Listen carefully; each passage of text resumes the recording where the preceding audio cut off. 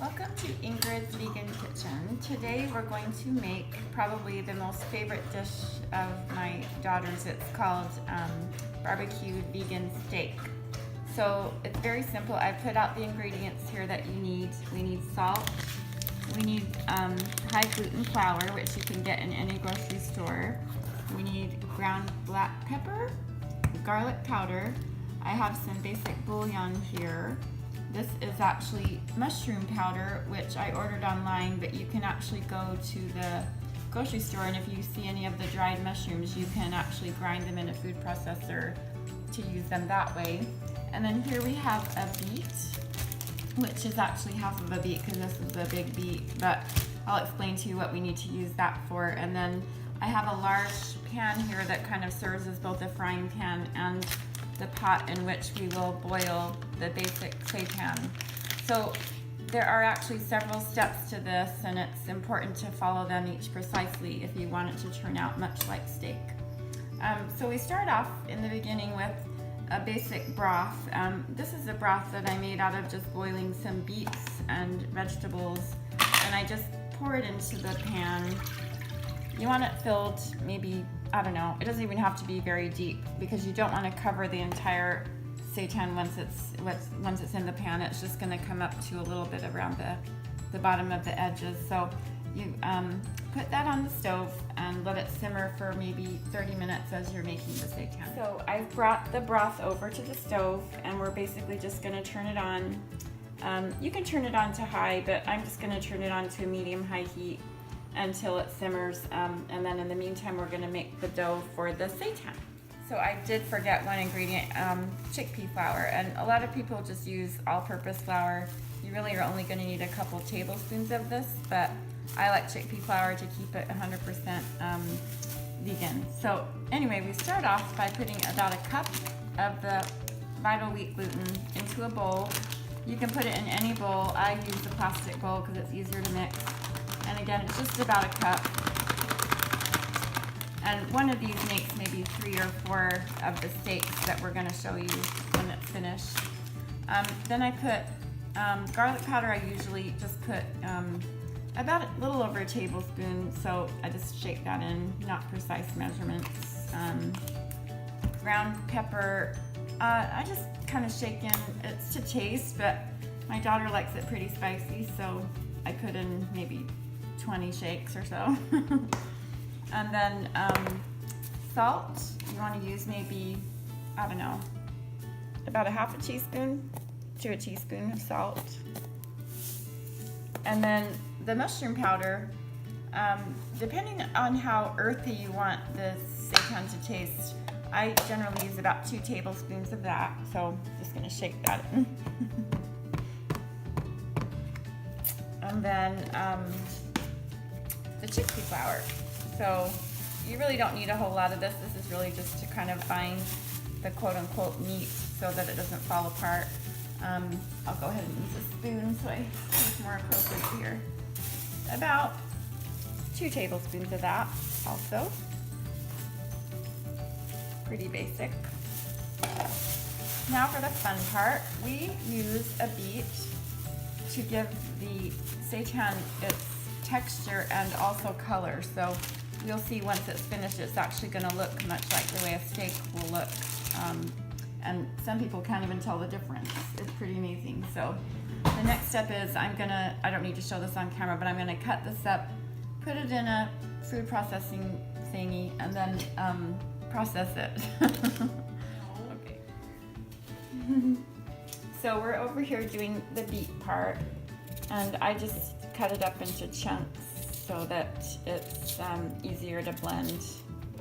And then I add a little bit of water, not much, but just to help emulsify it, because the more water you add, the less you're going to need for the recipe. So I don't know, about this high maybe.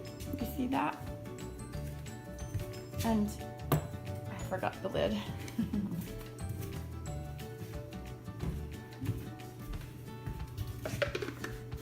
Screw that on.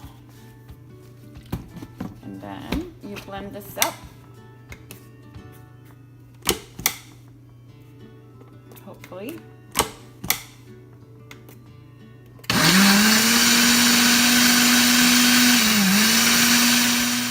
don't usually have a kitty helping us, but she's helping us today.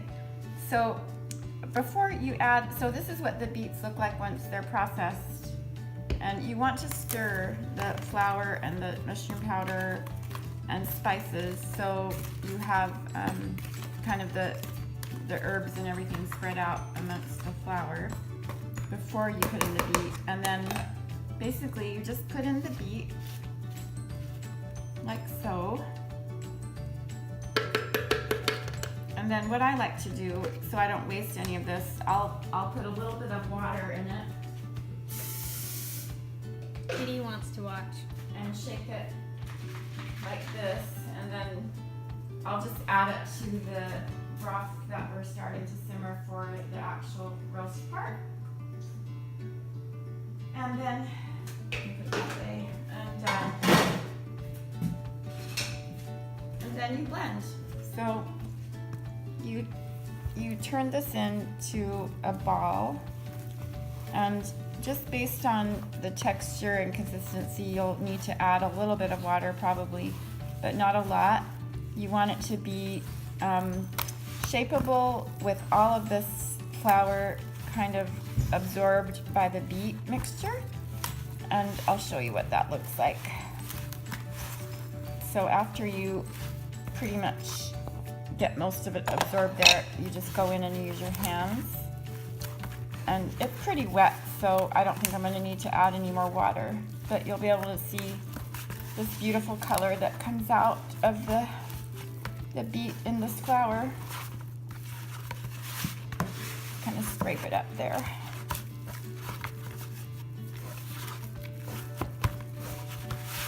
And then you want to make sure that you do get all of that extra flour and mushroom powder, because those spices are really what turn it into what it is.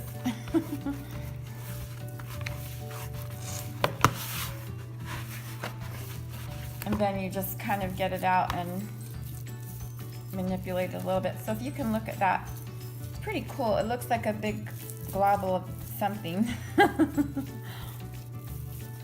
And then after you prepare it, you don't really need to shape it, because ultimately you're going to slice it and put barbecue sauce on it. But basically you want it to be stretched out, kind of like, I don't know, it's like a football or something. And it's not really gorgeous to look at. The color's nice, but you just kind of let it sit there for a few minutes while you are boiling your vegetable broth, and we'll go to the next step. I add this earlier, but this is just a basic vegetable bouillon, and I'll go ahead and add it to the beet and vegetable broth here. This is ultimately what gives the seitan its flavor, and this stage that we'll get to in it eventually is just kind of what I call the middle stage, because you want it to cook before you do anything else with it. So we'll just add this and then make sure that it comes to a boil. However, that being said, you never want to boil the seitan once it's in the pot. You only want to simmer it, so otherwise it will turn out like a sponge. Okay, so we'll let that come to a boil, and then so we're ready to put the seitan in the simmering pot now. Well, I'm just going to take it over. And like I said, you don't want it to completely cover it. It just basically sits in the solution and simmers, and then you'll turn it over after about 30 minutes. So in total it's going to sit in this for about an hour, and then we'll go on to the next step. But you'll want to just turn it, like I said, let it sit in the simmering solution for 30 minutes, and then you'll turn it over. This is what it looks like when you turn it over. So now we're simmering it on the other side for another 30 minutes. And as you can see, again, it is not boiling, it's just simmering. After it's been simmering for about an hour, being 30 minutes on each side, this is what it will look like. So I like to just make sure that the color of the seitan changes a little bit, and to make sure that it's done. But this is actually just the second stage. So our next stage is we're going to pour off this liquid And I like to save it in another container and then I can actually use it again. But we pour off this liquid and then using the same pan, we put about 2 tablespoons of olive oil in it. And then we basically put this seitan in the olive oil in the pan and fry it on both sides so that it's crispy. So there's actually like a skin on the outside that gets very crispy. So that will be our next stage. So I've just poured off the broth and I've saved it in just a container here.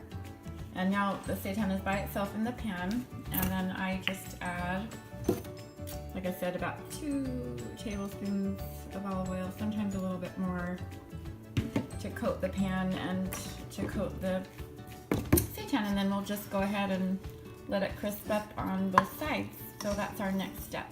So here we're frying our seitan in the olive oil, and you'll want to make sure that all sides are coated, and then maybe midpoint in the process we turn it over.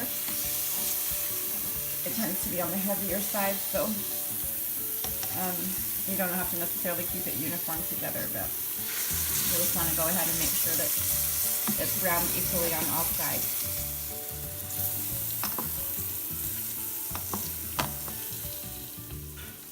Here's what it looks like when it is done frying up in the olive oil.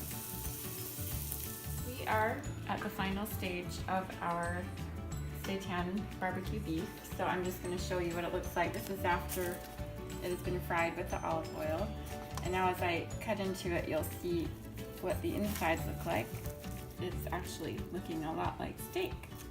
So our next step is, after this is all sliced up, we will add the barbecue sauce and then fry it up individually.